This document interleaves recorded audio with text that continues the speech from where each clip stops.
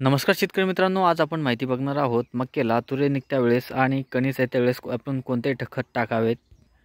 शेतकरी मित्रांनो, आता सध्याच्या वेळेमध्ये मक्याला तुरा येण्यास आता सुरुवात झालेली आहे आणि कणसे सुद्धा निघण्यास सुरुवात झालेली आहे। ते आता सुरुवातीचा काळ आहे।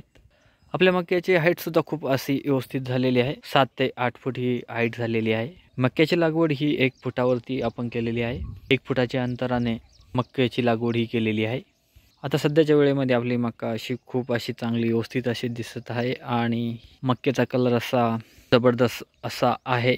परंतु आता यानंतरच्या वेळेमध्ये चांगल्या क्वालिटीची कणसे येणे आणि उत्पादनामध्ये खूप जास्त प्रमाणात वाढ होण्यासाठी आपण कोणकोणते खत टाकले पाहिजे याबद्दल आपण सविस्तर बघूयात।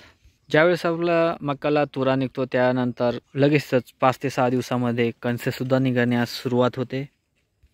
कणीस चांगल्या प्रकारे भरण्यासाठी आपल्याला पोटॅशची आवश्यकता खूप असते। त्यासाठी आपल्याला पहिले निवड करायची पोटॅशची। पोटॅश आपण बारीक पण घेऊ शकतो आणि जे दाणेदार पोटॅश असतं ते पण आपण टाकू शकतो। त्यासोबतच आपल्याला दुसरं एक खत घ्यायचं आहे 10-26-26 10-26-26 आणि पोटॅश आपल्याला दोन्ही एकत्र करून टाकायचे आहे। त्यामुळे आपल्या मक्काच्या पिकामध्ये खूप अधिक प्रमाणात उत्पन्नामध्ये वाढ होते आणि पोटॅशमुळे आपले जी मक्का आहे ती कसदार बनते आणि कणसाला पूर्णपणे फुल असे दाणे भरते। त्यासाठी आपल्याला या 2 खताची निवड करणे खूप फायदेशीर होईल।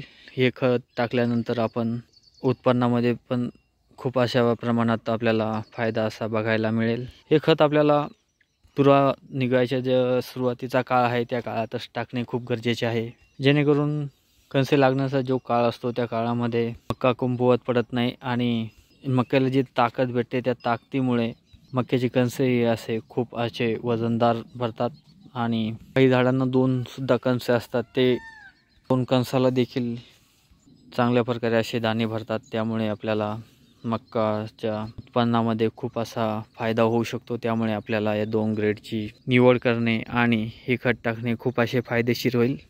शेतकरी मित्रांनो, तुम्हाला माहिती कशी वाटली ती कमेंट्स करून नक्की कळवा।